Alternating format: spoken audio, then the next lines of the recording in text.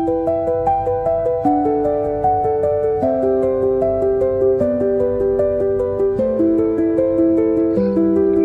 my name is Ivy Udokrating, the Municipal Development Planning for Adenta Municipal Assembly. Women face several barriers to participating in water, sanitation and hygiene policy and planning. Eliminating these barriers requires systematic, multi-level approaches. And some of these barriers that are inhibiting women from participating in WASH policy and planning include cultural and social norms. When we talk about cultural and social norms, you know that in Ghana here, culture prescribed or society has prescribed roles for gender. So when it comes to that, women are given the role of taking care of children, taking care of domestic issues. And when it comes to participating in policy planning in relation to WASH, the men normally dominate because the women don't get the opportunity to be seen in such meetings. And when it comes, we also have the way God has created us. Society founds on certain things about women, especially when it comes to our menstrual cycle. When you go to certain cultures, when you are in your menses, you are not even allowed to sit in such meetings. So that has also been another barrier that prevents women from participating in policy planning when it comes to WASH. Another barrier has to do with education and capacity. You can see that now, it is now that times are changing, but before, women's schooling was not really something that was important. Always the premium was placed on the male child going to school. So when it comes to such planning and then policy making, you realize that the women are not enough, or the women are not many when it comes to decision making. The males are always more than the women, and that also inhibits women participation in policy making and planning when it comes to WASH. As I said, education, the girl child education was always relegated and the boy child education was always like essential and was prominent.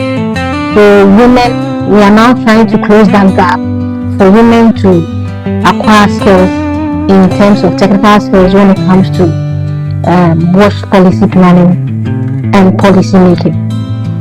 And as women are mostly also excluded from decision making structures because of the male dominance.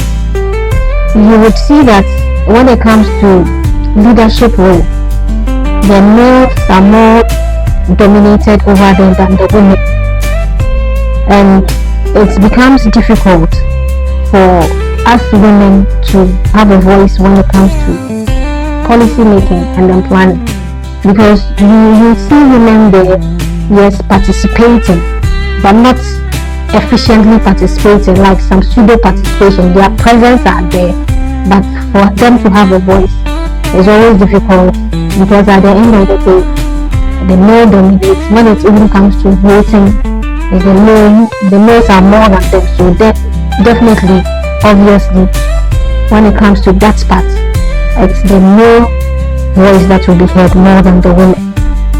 And when you look at economic development, you realize that most of the women here, I'll use Adenta as an example, dominates the informal sector. And this informal sector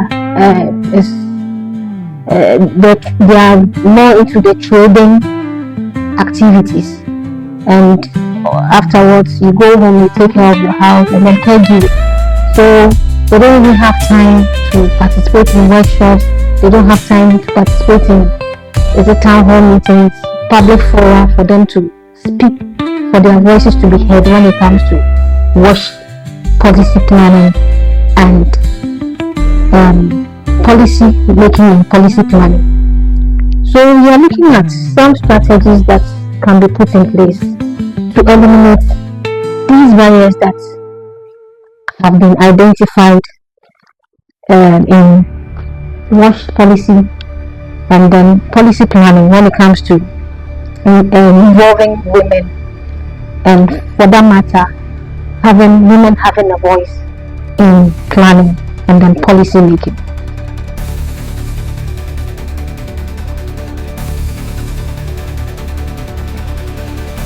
So currently I would say that WASH committees or planning bodies in terms of gender representation are not so inclusive.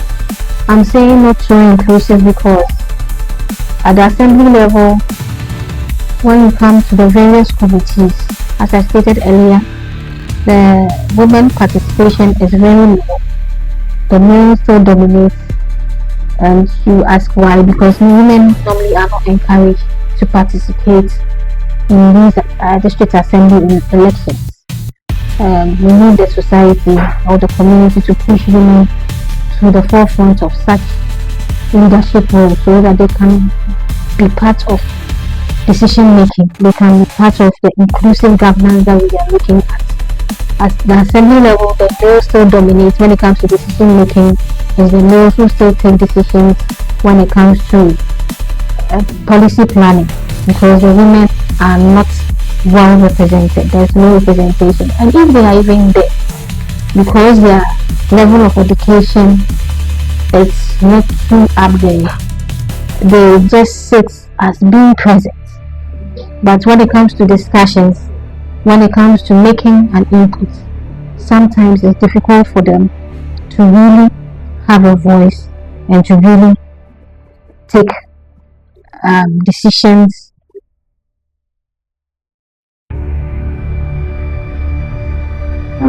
Another program that I recommend is community-based participatory training.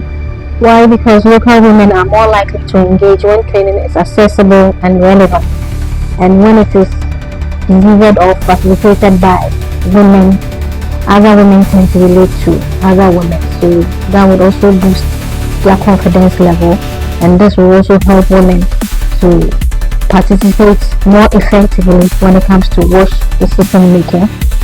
I also say that we can have governance, policy, and then rights literacy. When women understand policies and rights, it helps them to influence planning. It also helps them to understand and also be able to take part in decision making, and also make rights with demanding accountability. I would also recommend entrepreneurship and economic empowerment. Why? Because when women are financially independent, it influences their decision making. It gives them more confidence to take part in decision making.